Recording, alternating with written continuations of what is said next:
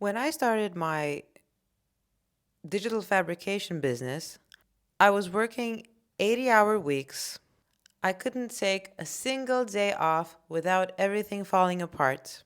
And despite having the most advanced 3D printing and CNC equipment that money could buy, I was barely breaking even after 8 years. Sound familiar? In fact, I was so desperate that I spent $12,650 on business courses from Alex Hermosi, Dan Coe, and William Brown because I thought I needed to learn some secret marketing strategy or hire more people or buy better equipment. But here's what I discovered. I wasn't running a business, I was the business. And the solution wasn't working harder or spending more money. In this video, I'm going to show you the exact lazy methodology I used to help a media company 3x their profit margin in less than 6 weeks without spending a single extra dollar on marketing, new hires, or new equipment. And I'll show you how to do the same thing in your service business, even if you think you've already optimized everything. By the way, if you want the complete CEO SEO blueprint diagnostic that I use with my $6,000 clients, I've put together a free assessment. Just click the link in the description and I'll send it to you immediately. Now, I have some points to make. And the first point is the Swiss Army knife problem, or why you're actually making your business harder. Most service businesses think they need to do more to make more profit. It's kind of like a very simple cause and effect relationship that business owners see. The more input, then the more output. That's really not the case. That's not the case in basically any situation, actually, if you look at it from a scientific lens. The reality is most businesses, and probably yours as well, you're probably offering too many services to too many different types of clients. Now, I used to have a fabrication business, and well, in digital fabrication, you can basically build anything. There is this concept called mass customization in 3D printing, in which you basically have the same production process to build one thing, but with slight variability. Basically, my fabrication business could build anything like supercar body kits, festival props, basic steel structures as well. But because we could do everything, we weren't really good at something specific. Now, the very simple and very lazy solution, is just cut the services that make you the least profit per hour.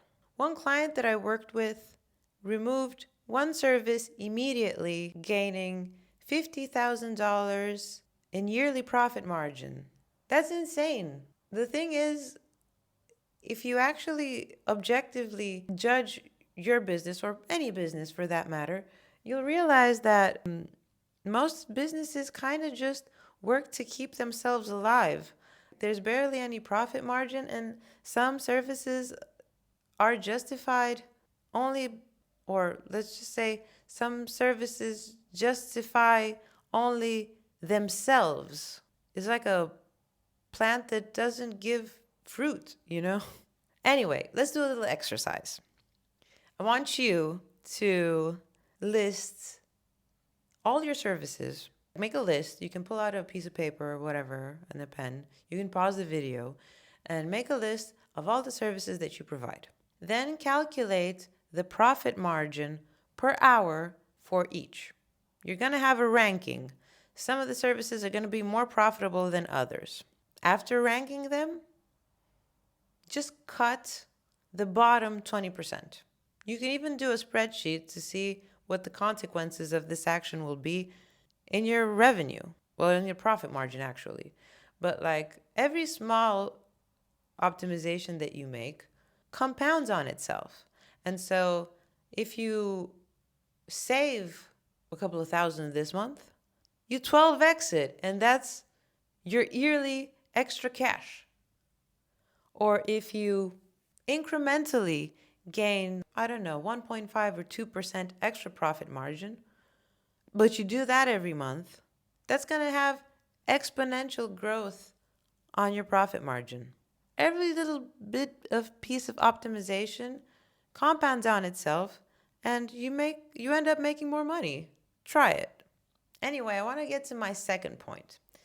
And probably most of you have heard of the 80-20 rule, but this time it's not what you would anticipate. So everyone talks about the 80-20 rule for customers, but nobody talks about the 80-20 rule for processes.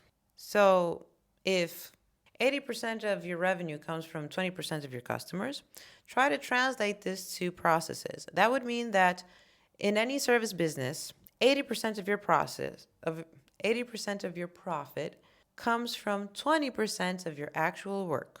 The other 80% of your time is spent on administrative bullshit, fixing mistakes, and probably redoing work. Take me, for example. So there was a point when I was working in my digital fabrication business, and I thought it was more efficient if I would do everything myself. And I was spending 6 hours cutting wood and then another 2 hours welding. But like out of an entire day, I was probably only spending 30 minutes actually creating value to the customer. Now, the lazy methodology in this one is actually an application of a Six Sigma methodology. In this case, the Six Sigma DMAIC. I will make it very simple this time. So D, define. What actually creates value for the customer? M is measure. Track how much time you spend on value versus waste. Analyze. Find the biggest time wasters. Improve. Either eliminate the waste or automate something about the process. And control. Create systems so the waste doesn't creep up back in your process. I can give you a real example for this. So I had one client at one point that was doing projects, and like they had to do revisions for the projects. And we looked at it a little bit, and they were spending on average 4 hours per project only on revisions. And then we applied the DMAIC methodology for process improvement. And we ended up deciding to create a simple approval process that went from 4 hours per project to just 30 minutes. Because you see, for most of our deliverables, there's a lot of stuff that repeats anyway. Because like, let's say you have an interior design project. So there's always going to be like furniture and sinks and, I don't know, fire systems and whatever. And so nobody has to start redesigning them from scratch. 80% of the project is done because the equipment is always standard. So that leaves your attention must be allocated to only the 20% of the project that is custom. So then why would you have 4 hours of revisions when you can standardize everything and you don't need to look at those because they're already standard, and just focus for 30 minutes on what is non-standard, what is custom to the project? That saves so much time, which of course compounded saves so much money. Six Sigma, baby. All right, the third point I want to make is, I want to talk about a funny concept, which is the lazy CEO secret. If you run either your own company or you run a company for others, my best advice for you is to just stop being the hero. I used to be a hero like that. I used to like cover everything. I thought it was because of this, I guess, maternal instinct of wanting everything to be taken care of and put together and everything. So this is a trap in which, well, not only mothers, but leaders fall into. You think you're being a good leader by being involved in everything. That's kind of a pathology, actually. And ultimately, because you're only human, you end up being the bottleneck, destroying your profit margins, not only for you, but for everybody involved. So every time you help with a task, you're teaching your team they don't really need to think. You're teaching your team that they need their mommy to come and fix it. I'm very guilty of doing this for 8 years. And even when I didn't want to do that anymore, it was a little too late because you can't suddenly cut the umbilical cord, you know what I mean? You have to build some processes in place. So, needless to say, I didn't handle that properly at the time. I remember one day I had to deliver like 50 trophies or whatever. So there was some stuff that I had to route on the CNC, and that morning the CNC just didn't start. I think it was short circuiting or something, and I immediately felt worthless and useless because I thought my value was in operating equipment. So, like, I was only as good as my CNC. That was a wake up call. The alternative to that anxiety would be the lazy approach, in which you document everything you do for 1 week. Just keep like a little journal. Today I did this, did this. Maybe you can even write down how much time it takes. It took me 2 hours to do accounting for August, or I don't know. I had to lubricate the CNC. I don't know. I had to talk to clients. I had to do a strategy, whatever. So document everything for 1 week and then ask, could someone else do this? If the answer is yes, and most of the time it is, just create a checklist and try to delegate it. And be very patient in the process because nobody's a mind reader. So you're probably going to forget some stuff. The other person is going to point out, obviously, that you forgot to say some stuff. And so this handover is supposed to be in continuous improvement. An example from a client is that the CEO himself was approving every social media post.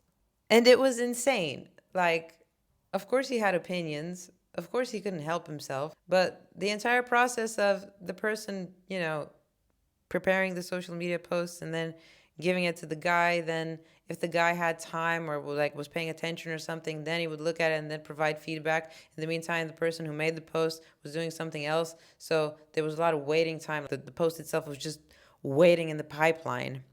And so the answer to this was just create brand guidelines, and that freed up 10 hours per week or something like that. It was crazy.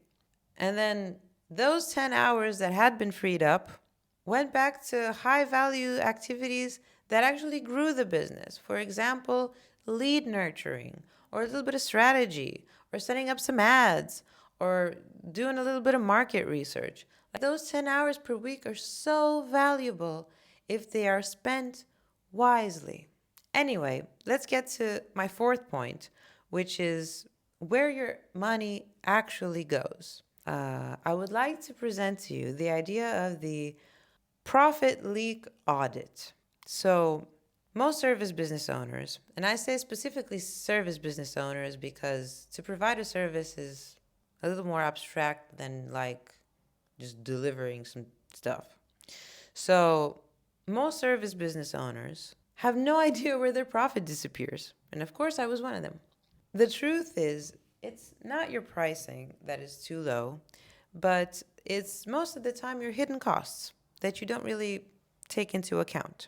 So let me tell you the three biggest profit leaks that I see. Number one, which is the most insidious, and I still have issues getting rid of it, is the scope creep. So you strike a deal with a client for some deliverables or some, I don't know, some services that you provide. Slowly but surely, the service kind of gets a little more complex, and the clients inevitably end up getting way more than they paid for. Another big profit leak is reworking, like fixing things that should have been done right the first time.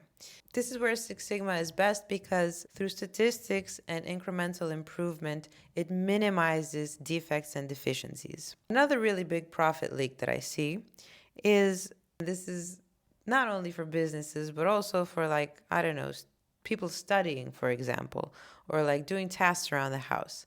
And this one is context switching, which is jumping between different types of work. You know what I mean. It's either creative work or repetitive work, but like you switch between them. Your brain can't immediately switch between them. It needs like a little bit of buffer, and that buffer is like 10-15 minutes, which is 10-15 minutes out of 8 hours. And if you do that like 3-4 times a day, what is that? It's an hour that you lose. Ultimately, it translates into profit leak. So I suggest a simple audit process. Track your time for 1 week in 15-minute blocks. Then you categorize each block. And the categories are billable, as in direct money making, admin, and of course, waste. Anything under waste needs to either be completely eliminated or somehow systematized, because we're always going to have waste. We're human beings, we're not machines. And even machines have waste. Trust me. Now let's talk about some real numbers. Average service businesses have the owner spend about 40% of their time on non-billable activities. That's not necessary. If you pay a little more attention to that, you realize that you can drastically reduce that 40% into less if it was better structured and, well, better organized. Anyway, the fifth and final point I want to get to is the lean for lazy people, or we can call it the set it and forget it system, which I'm a great fan of because as I age, my brain kind of turns into mush, and I really need to outsource my own memory and sometimes my own attention as well. So in previous videos, I've mentioned lean methodology. If you want, check it out. I'll link it somewhere. But I know it may sound complicated because of the Japanese background and everything, but it's all about doing less. So let's talk about the 3-step lazy implementation. So step 1 is value stream mapping. You draw on a whiteboard or on a piece of paper. Again, you can pause, you can do it right now. Draw your entire client process from client inquiry all the way to completion. So the client is the thing that is moving. Let's say the client with his little projects or whatever you're doing for him. Step 2 is waste identification. So out of this is probably going to have like, I don't know, maybe 7 or 8 steps, whatever, from inquiry to completion. From these steps, mark every step that doesn't directly create value for the client. And you'll see that there are disappointingly many of them. Because in reality, 98% of the time, a client is just waiting for something to happen.